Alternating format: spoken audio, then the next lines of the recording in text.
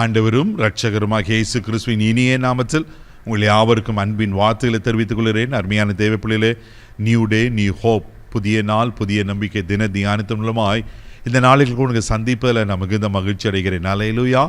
இன்றைக்கு கூட கர்த்தர் நமக்கு கொடுக்கிற வார்த்தை என்ன? யோவான் எழுதின சுவிசேஷம் 8ஆம் அதிகாரம் 12ஆம் வசனத்தை வாசிக்க கேட்போம். மறுபடியும் இயேசு ஜனங்களை நோக்கி, நான் உலகத்திற்கு ஒளியாய் இருக்கிறேன். என்னை பின்பற்றுகிறவன் இருளில் நடவாமல் ஜீவ ஒளியை அடைந்திருப்பான் என்றார். பாருங்க, இங்க எவ்வளவு அழகா சொல்லப்பட்டிருக்கு. இயேசு சொல்றாரு, நான் உலகத்திற்கு ஒளியாய் இருக்கிறேன். நாமே இந்த உலகத்துக்கு ஒளி யாருங்க? இயேசுதான். அது மாத்திரமில்லாம இன்னொரு முக்கியமான காரியத்தை சொல்றாரு, என்னை பின்பற்றுகிறவன் இருளிலே நடவாமல் ஜீவ ஒளியை அடைந்திருப்பான். தேவ பிள்ளையில இன்னைக்கு மக்கள் எதை தேடிக்கொண்டிருக்காங்க? ஒளியை தேடிக்கொண்டிருக்காங்க. ஆனா உண்மையான ஒளி யார் தெரியுமா? இயேசு தான் அல்லவா?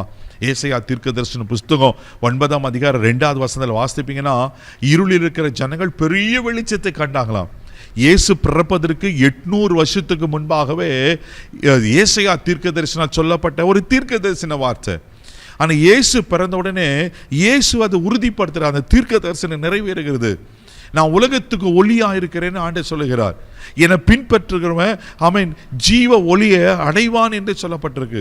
தெய்வ பிள்ளையில இன்னைக்கு உலகத்துக்கு ஒளியா இருக்கிற ஆண்டவர் இந்த உலகத்துல இருளான வாழ்க்கை வாழ்ந்து கொண்ட நமக்கு அவர் ஒளியை கொடுத்ததும் இல்லாம நம்ம வெளிச்சத்தின் பிள்ளைகளாய் மாற்றிருக்கிறார். அல்லேலூயா.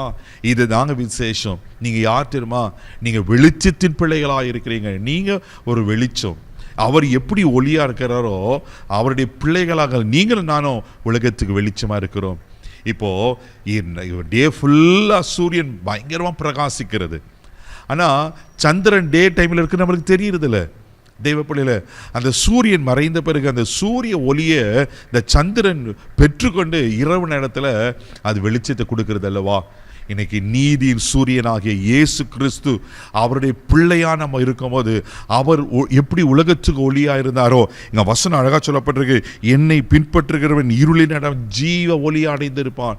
அந்த ஜீவ ஒளியை நமக்கு தந்திருக்கிறார்.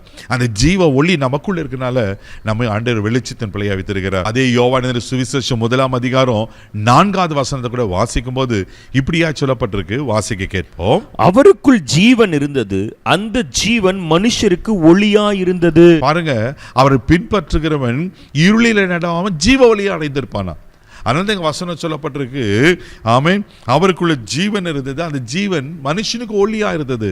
தெய்வ பிள்ளையில நமக்குள்ள இருக்கிற ஜீவன் ஒளியா இருக்கு. இந்த ஒளி வெளிச்சத்தை கொடுக்கிறது. நீங்க அநேகருக்கு வெளிச்சத்தை கொடுக்கிற பிள்ளைங்க. இந்த ஒளியில நடங்க. ஆண்டவர் நிச்சயமா அவங்களை ஆசீர்வதிக்க உண்மையில இருக்கிறார். தேவ பிள்ளையில அப்ப அவர் ஒளியா இருக்கிறது போல நாம் வெளிச்சமா இருக்க போல இந்த உலகத்துக்கு நீங்க நாள வெளிச்சமா பிள்ளைங்களா இருக்கலாம். இருளான கிரிகளை பாவமான கிரிகளை விட்டுட்டு அந்த ஒளியில நடங்க. உங்க வாழ்க்கையும் பிரகாசமா இருக்கும். கண்களை மூடி நம்ம ஜெபிக்கலாம். அன்பு தகப்பனே, மக நன்றி சொல்லி துதிக்கிறோம், ஸ்தோத்திரிக்கிறையா. இந்த நல்ல வேலைக்காய் ஸ்தோத்திரம். உலகத்தின் ஒளியே அன்றே மக்க ஸ்தோத்திரம். எங்களை உலகத்துக்கு வெளிச்சமாய் வைத்திருக்கிறவரே, அந்த ஜீவ ஒளி எங்களுக்குள்ள தந்திருக்கிறபடி ஸ்தோத்திரம். நாங்களும் பிரகாசிக்க உதவிச்சீங்கப்பா. யார் யார் வாழ்க்கையில் என்னென்ன இருள் இருக்கோ, பாவ இருள், சாப இருள், வியாதி இருள், எல்லா இருள் விலகட்டும். இவளை வெளிச்சத்தின் பிள்ளையாய் மாற்றி ஆசீர்வதியும். இந்த நாள் முழுவதும் கரம் எடுத்து நடத்தும் கிருபை ஒப்பு கொடுக்கிறோம். இயேசுவின் மூலம் ஜெபம் கேளும் பிதாவே, ஆமென். நீங்க உலகத்துக்கு வெளிச்சம். தைரியமா போங்க. God bless you.